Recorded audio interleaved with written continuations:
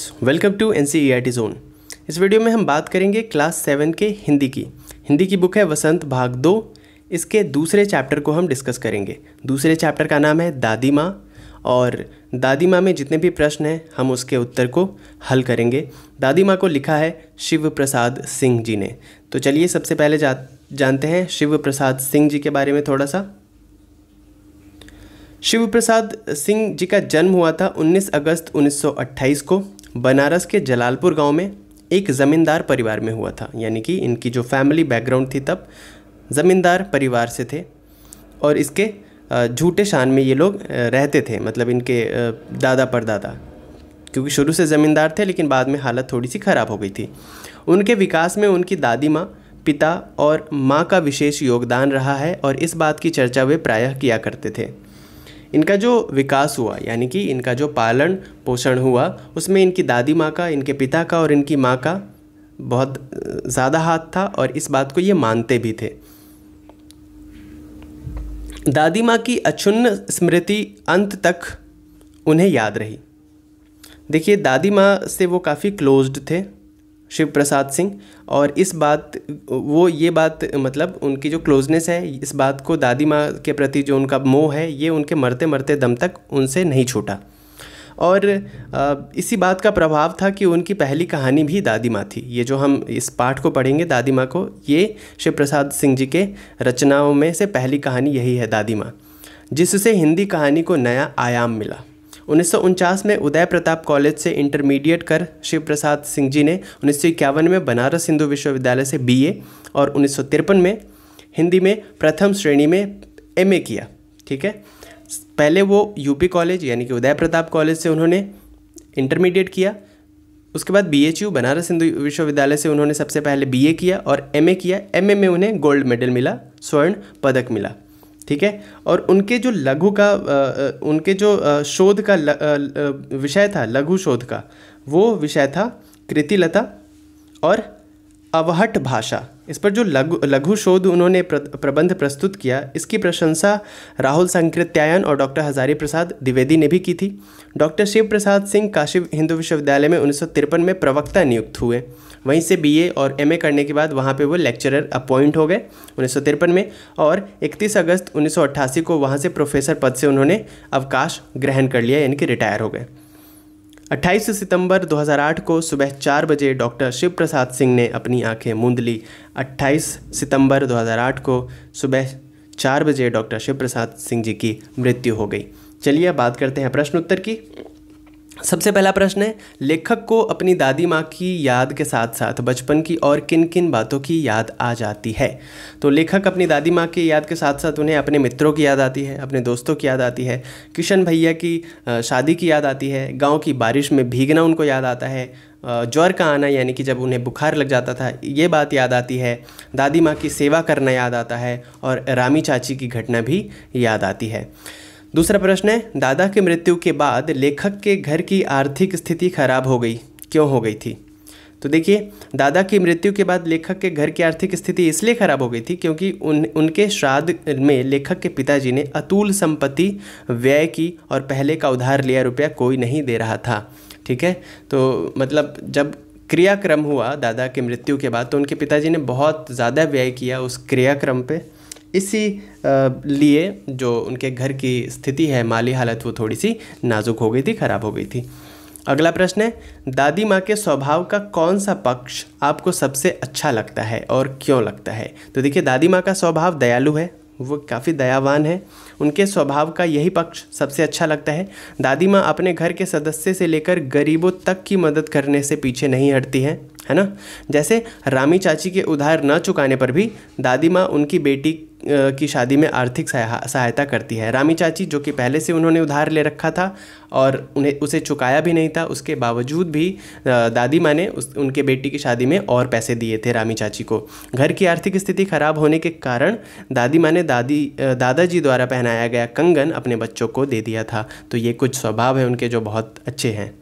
अगला प्रश्न है, आपने इस कहानी में महीनों के नाम पढ़े हैं, जैसे क्वार, आषाढ़, माघ, इन महीनों में मौसम कैसा रहता है। ये हिंदी कैलेंडर के हिसाब से कुछ महीनों के नाम यहाँ पे दिए गए हैं।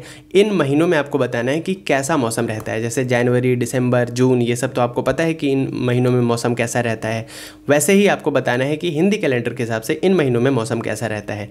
तो सबसे पहले अगर बात करें तो यहाँ पर लिखा हुआ है क्वार, यहाँ पर मौसम कैसा रहता है। तो गर्मी का अंत होता है इस मौसम में, मतलब गर्मी ख़त्म होने वाली होती है, हल्की हल्की ठंड होती है और आसमान कैसा होता है, साफ़ होता है। आषाढ़ में कैसा होता है, बारिश का मौसम होता है और बारिश अगर नहीं होती है तो काफ़ी गर्मी रहती है। माघ का मौसम कैसा होता है, माघ में काफ़ी सर्दी पड़ रही होती है। ठीक है, बात करते हैं अगले प्रश्न की। अगला प्रश्न है, नीचे दी गई पंक्तियों को ध्यान से पढ़िए। देखिए ये जो हरे कलर से, ग्रीन कलर से दिखाई दे रहा है आपको, इसको पढ़ना है। इसमें लिखा हुआ है, ज़रा सी कठिनाई पड़ते अनमना सा हो जाता है हैसन से सफ़ेद। तो इसमें सा से सी का उपयोग किया गया है। सा से सी का उपयोग हम तब करते हैं जब हमें समानता का बोध कराना होता है दो चीज़ों में। ठीक है, जैसे सुंदर सा, हाँ, गोल मटोल सा, ऐसा। तो हम किसी चीज़ से समानता करा रहे होते हैं, कंपेयर कर रहे होते हैं, तो सा से सी का प्रयोग करते हैं। तो ऐसे ही 5 और शब्द आपको लिखना है। तो देखिए पहला शब्द है नीला सा, तो आसमान नीला सा हो गया है, वाक्य भी बनाना है आपको। सुंदर सा, इस बच्चे का चेहरा कितना सुंदर सा है। गोल सा, आज चंद्रमा बिल्कुल गोल सा है। लंबा सा, यह लंबा सा आदमी इधर ही आ रहा है। छोटी सी, वह छोटी सी लड़की खेल रही है। सरिस, सरिस पीपर पात सरिस मन डोला। ठीक है, मतलब सरिस का मतलब ये पीपर पात सरिस मन डोला, जैसे पीपल का पत्ता हिलता है ना, वैसे ही मन भी डोलता है। राइट। ज्यों, बोली ऐसी उसकी ज्यों कोयल की कूक, है ना, उसकी बोली ऐसी है जैसे कोयल की कूक। ज्यों मतलब जैसे। जैसा, यह कपड़ा दूध जैसा सफ़ेद है। तो इन शब्दों का प्रयोग हम करते हैं समानता का बोध कराने के लिए। चलिए अगले प्रश्न की बात करते हैं। अगला प्रश्न है, कहानी में छू छू कर ज्वर का अनुमान करती, पूछ पूछ कर घर वालों को परेशान कर देती है। जैसे वाक्य आए हैं, जैसे देखिए छू छू कर, पूछ पूछ कर, है ना।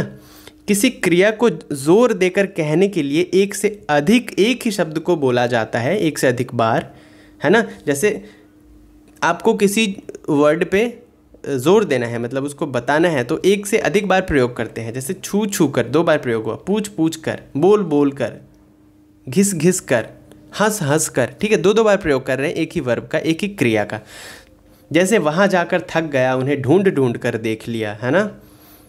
तो इस प्रकार के और 5 वाक्य आपको बनाने हैं। तो जैसे बोल बोल कर देख लिया, देख देख कर थक गया, मार मार कर थक गया, मना कर कर के हार गई, सुन सुन कर थक गया। तो ये ऐसे कुछ शब्द थे, और भी है बहुत सारे, आप लिख सकते हैं। अगला प्रश्न है, बोलचाल में प्रयोग होने वाले शब्द और वाक्यांश दादी माँ कहानी में है। बोलचाल में, जैसे अगर आप यूपी बिहार साइड में जाएंगे तो वहाँ पे बोलचाल में प्रयोग होने के लिए वहाँ पे श श ऐसा कुछ नहीं बोला जाता, स बोला जाता है, बिल्कुल देसी लहजे में। तो आपको इस तरीके से बोलचाल में प्रयोग होने वाले कुछ शब्द इस कहानी में लिखें, क्योंकि शिव प्रसाद सिंह जी बनारस के थे, यूपी के थे, तो वहाँ की बोली का जो प्रभाव है उनके लेखन में देखने को मिलेगा। इन शब्दों और वाक्यांशों से पता चलता है कि यह कहानी किसी विशेष क्षेत्र से संबंधित है ना। मतलब जिस क्षेत्र के लेखक है, जिस क्षेत्र की कहानी है, उस क्षेत्र का बोलचाल उस कहानी में मिलेगा आपको। ऐसे शब्दों और वाक्यांशों में क्षेत्रीय बोलचाल की खूबियाँ होती है। उदाहरण के लिए निक्सार, बरहमा, उरिन, चिवड़ा, छौका इत्यादि शब्दों का देखा जा सकता है। इन शब्दों का उच्चारण अन्य क्षेत्रीय बोलियों में अलग ढंग से होता है। जैसे चिवड़ा को चिड़वा, चुड़त्र, पोहा बोला जाता है ना। चिवड़ा को अलग अलग क्षेत्रों में अलग अलग नाम से बोला जाता है। इसी तरह छौका को छौंक, तड़का भी कहा जाता है। निक्सार, उरिन और ब्रह्मा शब्द क्रमशः निकास, उड़िन और ब्रह्मा शब्द के क्षेत्रीय रूप है ना। इसी प्रकार के 10 शब्दों को बोलचाल में प्रयोग होने वाले भाषा बोली से एकत्र कीजिए और लिख कर दिखाइए। तो जैसे देखिए, कार परोजन, कृपा, कृपा को कृपा बोलते हैं, है ना, अलग अलग क्षेत्र में अलग अलग। कृपान, हृदय मतलब हृदय, हार्ट हृदय हृदय। लक्षण मतलब लक्षण, तो लक्षण बोलते हैं बहुत जगह। रामायण, रामायण को रामायण बोलते हैं। कृष्ण यानी कि कृष्ण को कृष्ण बोल रहे हैं यहाँ पे। लक्ष्मण, लक्ष्मण को लक्ष्मण बोल रहे हैं। लक्ष्मी, लक्ष्मी को लक्ष्मी बोल रहे हैं। रिश्तेदार को रिश्तेदार बोल रहे हैं। तो ऐसे कुछ शब्द यहाँ पे दिए गए हैं। तो आई होप आपको समझ में आया होगा। अगला प्रश्न है, अपने अपने मौसम की अपनी अपनी बातें होती हैं। लेखक के इस कथन के अनुसार यह बताइए कि किस मौसम में कौन कौन सी चीज़ें विशेष रूप से मिलती है ना। हर मौसम का अपना एक मज़ा होता है, अपने पकवान होते हैं, अपना कपड़ा होता है, सब कुछ अपना अलग होता है। हर मौसम के अनुसार वहाँ की चीज़ें बदल जाती है।